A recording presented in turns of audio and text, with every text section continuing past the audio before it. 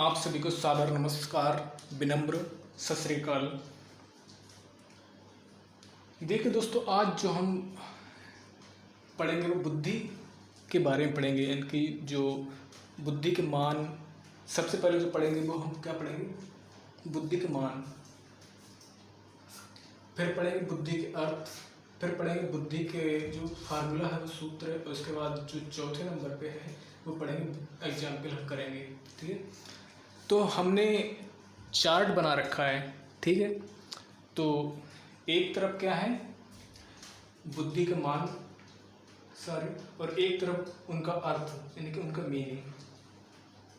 तो सबसे पहले पढ़ते हैं कि यदि किसी व्यक्ति की बुद्धि जो है वो 140 या इससे अधिक है, यानी कि 140 ऐसे अधिक है, तो वह व्यक्ति प्रतिभाशाली कहलाएगा, वह व्यक्ति जीनियस कहलाएगा। क्या कहलाएगा? जीनियस कहलाएगा। ठीक है। नंबर 2, यदि किसी व्यक्ति की बुद्धि लब्धि है, जो आईक्यू लेवल है वो 120 से 139 तक है, यानी कि 120 से 139 के बीच में है, तो वह अतिश्रेष्ठ या वेरी सुपीरियर कहलाएगा। ठीक है, अतिश्रेष्ठ या वेरी सुपीरियर कहलाएगा। इसके बाद यदि किसी व्यक्ति की बुद्धि लब्धि या आईक्यू लेवल 110 से 119 तक है, तो वह श्रेष्ठ की कैटेगरी में आएगा, यानी कि सुपीरियर कहलाएगा।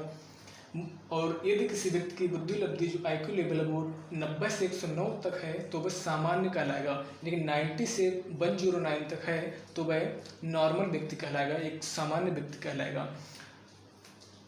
हम सबसे ज़्यादा जो देखते हैं वो श्रेष्ठ बुद्धि के हम सबसे ज़्यादा लोग मिलते हैं। इसके बाद सबसे ज़्यादा लोग सामान्य बुद्धि के मिलते हैं। ठीक है, बाकी सब तो थोड़ा थोड़ा है। और ये जो 140 और 120 वाला जो प्रतिभाशाली जो अतिश्रेष्ठ हैं वो तो कम ही लोग मिलते हैं।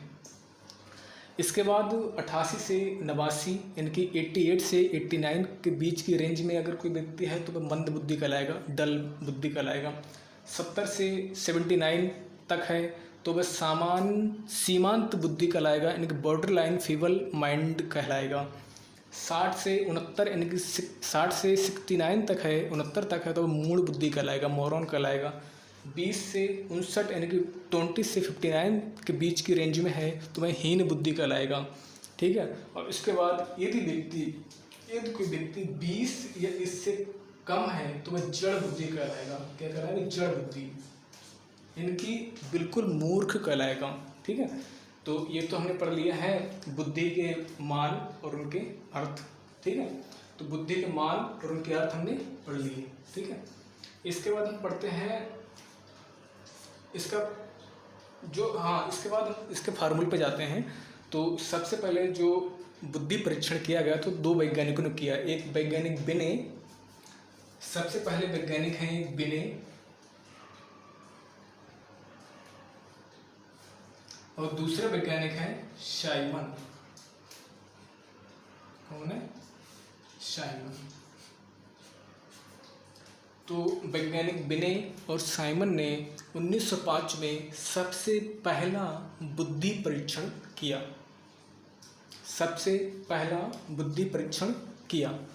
ठीक है, आइए अब हम देखते हैं इसके एग्जाम्पल।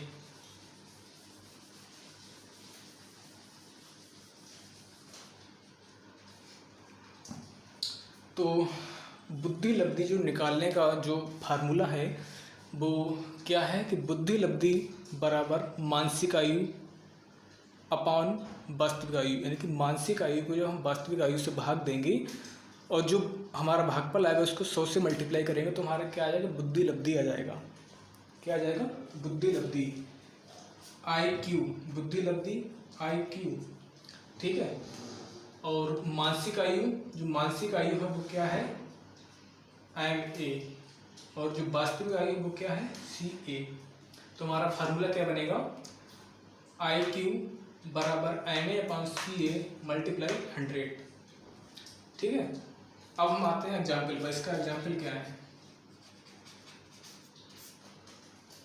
पहला एग्जाम्पल है इसका कि यदि किसी व्यक्ति की जो मानसिक आयु है,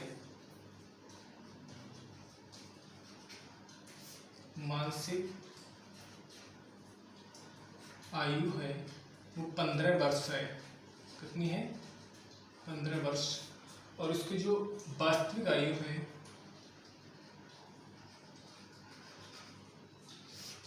वास्तविक आयु है वो 10 वर्ष है। कितनी है? 10 वर्ष। तो इसका हमें बुद्धि लब्धि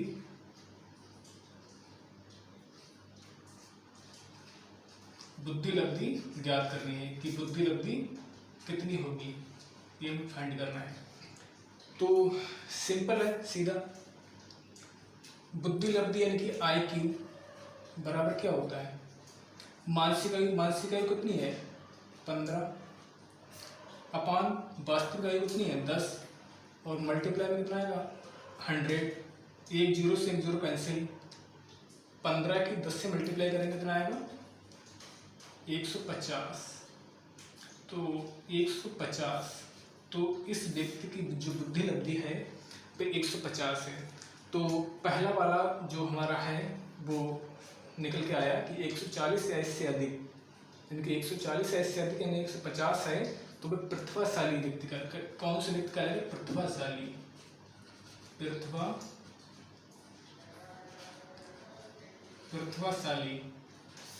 प्रतिभाशाली कैटेगरी का व्यक्ति कहलाएगा।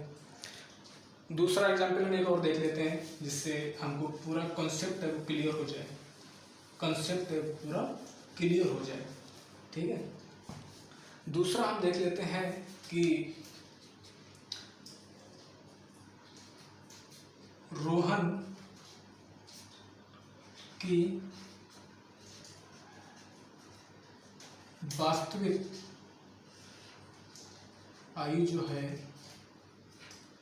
वो 10 साल का है और रोहन 12 साल के मोहन के बराबर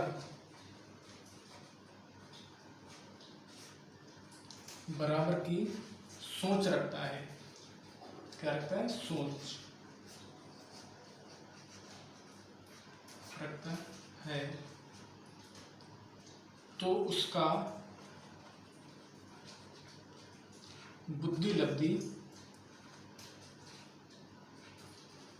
ज्ञात करें। ठीक है, सिंपल है।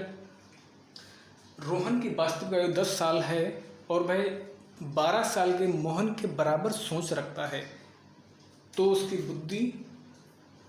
बुद्धि लब्धि, यहाँ पर बुद्धि लब्धि IQ ज्ञात करें। ठीक है, बुद्धि लब्धि IQ ज्ञात करें। तो आइए हम देखते हैं कि इसकी जो बुद्धि लब्धि है रोहन की बुद्धि लब्धि कितनी होगी?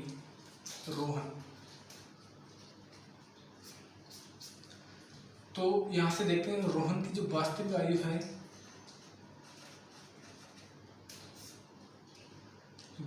आयु है वो कितनी है? 10। और जो उसकी सोच है यानी कि जो मानसिक आयु है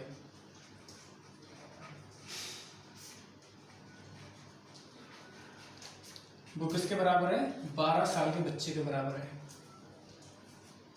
तो इनको हम फार्मूले रख देंगे। तो हमारा जो IQ है, जो हमारी बुद्धि लब्धि है, तो मानसिक आयु 12 अपान वास्तविक आयु 10 मल्टीप्लाई 100, एक जीरो से एक जीरो गया, तो ये हमारा कितना? 120 निकल के आया। जो हमारी बुद्धि लब्धि है वो 120 निकल के आई।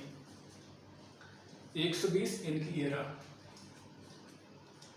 120 से 139 के बीच में आएगा तो कौन सा आएगा? अति श्रेष्ठ